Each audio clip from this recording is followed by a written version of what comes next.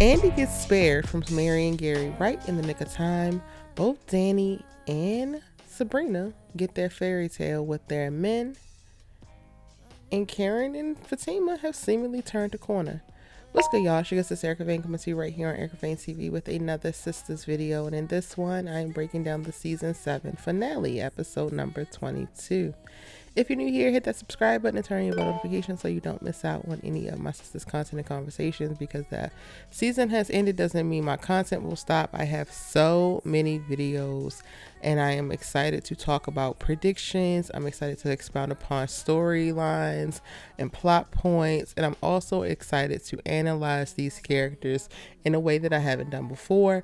And I'm excited to do it with us having one season under our belts that was not written by Tyler. So we also have a range. Again, subscribe if you haven't already so you don't miss out on any future Sisters video while we are in between seasons, but also when we return.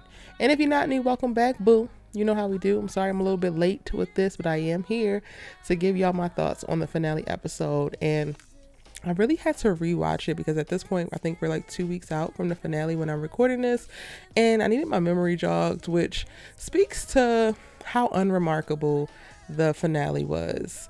And I'm not saying that to be shady. I'm just saying that to be honest, because for this to be the finale episode of the first season where there is a whole writer's room supporting the show and Tyler Perry has handed off the reins, I kind of expected to see a little bit more. I kind of expected for us to end with a bigger bang. But I will note that the last 3 episodes of the season took us back to a place where it was actually at least a little bit interesting, because we spent most of the middle of the season really kind of bored to tears with not much happening and not much interesting authentic story being told as it pertains to these characters. So I will say that the finale was better than a good portion of the season, but it still was not on par with what it could have been. Now, while providing that specific critique, I'm also going to speak to the fact that I think that my favorite scenes of the episode, surprisingly, was Andi and Jordan. I think in the last 3 episodes, we have seen the actors who play Andi and Jordan connect in a way where the chemistry actually feels real, feels palpable, feels like we can actually go somewhere with this. Because up until this point, like, we saw them all lovey-dovey, we saw them in scenes together, but something was always off, something wasn't quite right, and nothing really landed. But now that they're hovering in this very, very emotional state, heightened emotions, if you will, I think that both actors are bringing it, and for whatever reason, they're connecting a little bit better on screen, so you actually feel the emotions that the scenes are meant to elicit, and they feel so much more believable. Now, don't get me wrong, I think that KJ is a phenomenal actress, and I think that the guy who plays Jordan is dope in his own right. I just struggled most of the season with the pairing of them as scene partners in various scenes, but it worked. With Andi standing on business about self-sacrificing and trying to hold herself accountable to all the turmoil and pain that came into the lives of those that she loves by way of her misguided decisions, basically. I really enjoy this. Like, I think that them taking that Andrea character down this particular path towards the end of the season was a really smart choice, because it's one of the very few paths that actually show any type of growth for the characters. One of the big criticisms that I have had for so long is that we're not seeing enough growth with these characters. And I love Karen, and y'all know I love Karen, and one of the reasons why I really enjoy her is because we always see movement. We always see either growth or regression. We see some type of movement within her character, and that's not something that we can actually say for the other girls. But as we were approaching the end of season 7, I definitely think with Andi being threatened by Gary, to marry her, to marry him, or have Jordan's candidacy destroyed and ultimately his life destroyed with this propaganda that he created, and her actually making the choice to go along with it to try to spare Jordan, it does speak to the amount of love that she has for this man. It does speak to her actually trying to atone in a way for even giving Gary the time of day and entertaining this psychopath, because had she not months and months and months ago decided that she was going to be a part of a man cheating on his wife and accept the half-ass affections of a psychopath with borderline personality disorder, she would not be in this space right now. She wouldn't be suffering in the same way. She wouldn't have experienced all that she's experienced, having a gun pulled on her, having the feds run through all of her stuff and kick her out of her house. Like, she would not have experienced so much if she would have just said no when Gary came over and was offering whatever the hell he was offering when she first met that man. And for her to, again, make the decision to marry Gary, even though we don't want her to do it and it's wild as hell, her actually doing that is, to me, symbolic of her taking her part, taking accountability for her part, and how Gary has come in and ruined the lives of not only her, but so many people that she loves and cares about deeply.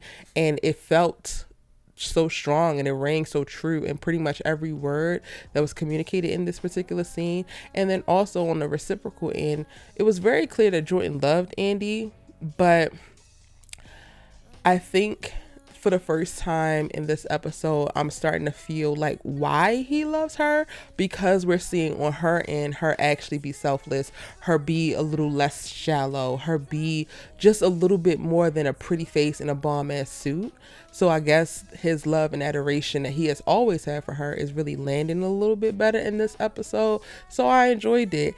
And of course, this is all set up for like who winds up killing Gary, who winds up stabbing Gary, because while Jordan leaves, he doesn't want to, he decides that he's going to go confront Gary. And this puts him in the ring of like, oh, is he the one who stabbed Gary, or who else could it be? Now, sticking to the wedding, which is at the end of the episode, I don't know why I started there. Well, because that was part of one of my favorite scenes. The girls pop up, and they're only able to pop up because they give Fatima a call and get Fatima to give the address for the wedding. And it's interesting to me that Fatima wasn't already going there to try to stop it, or already going there to do something anyway.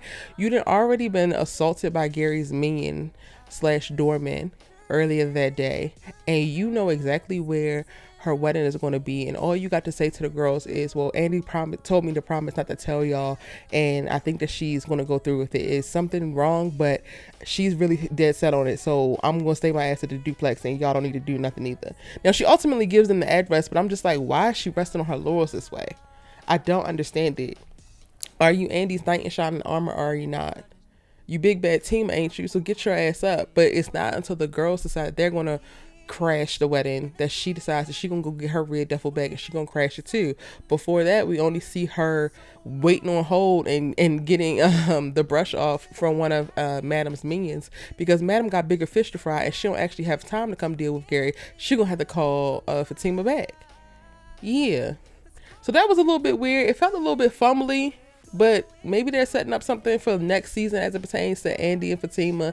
I don't necessarily love the energy that Fatima had, because it's similar to the energy that she had the first wedding of like, I'm going to support Andi regardless, knowing good and goddamn well something is wrong.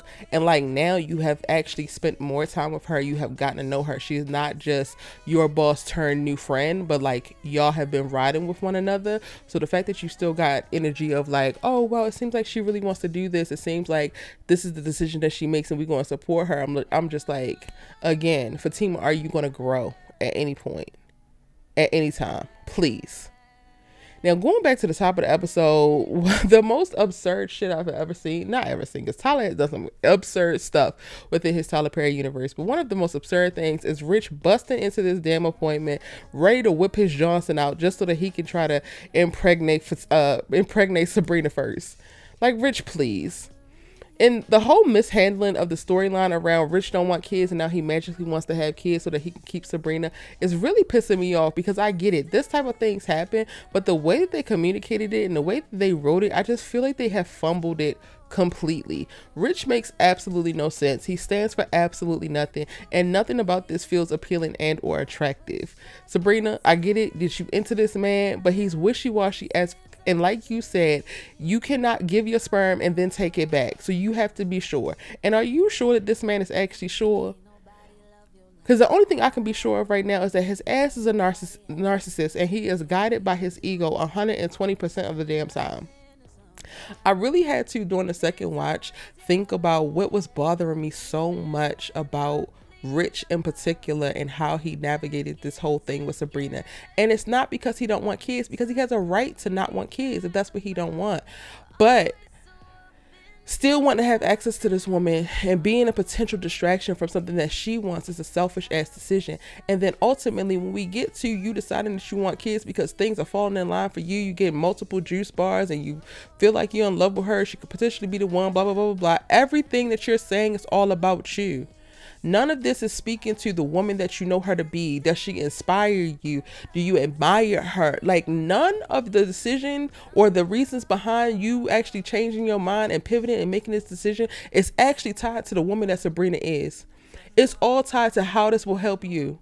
And don't get me wrong, I'm not being obtuse and thinking that you have to make this decision completely altruistically and it has to not do nothing, have nothing to do with you and what you want for your life.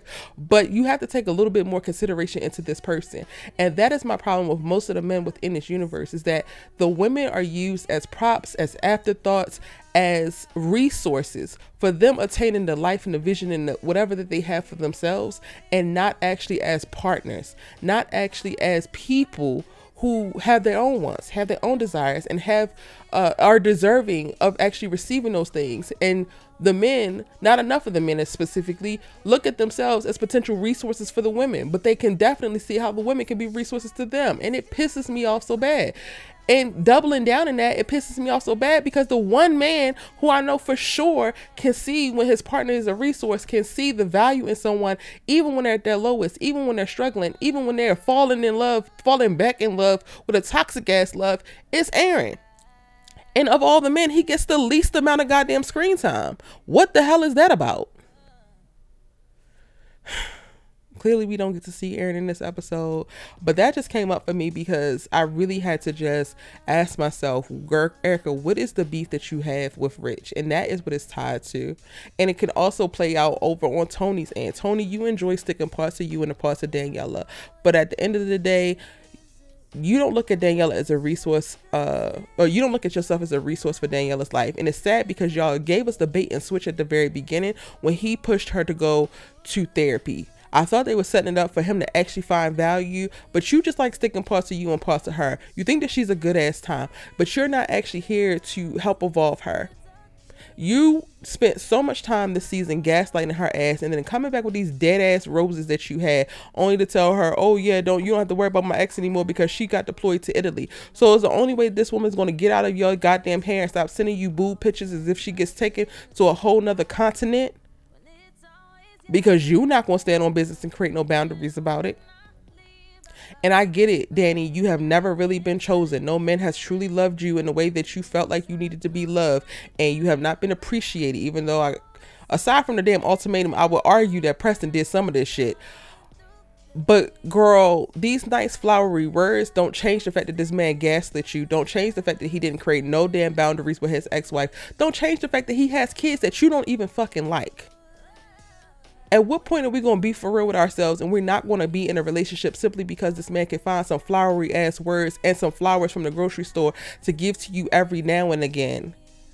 But you actually decide that you're going to go find somebody that you're equally yoked with and that you actually could see yourself building the life that's aligned with the lifestyle that you want to live.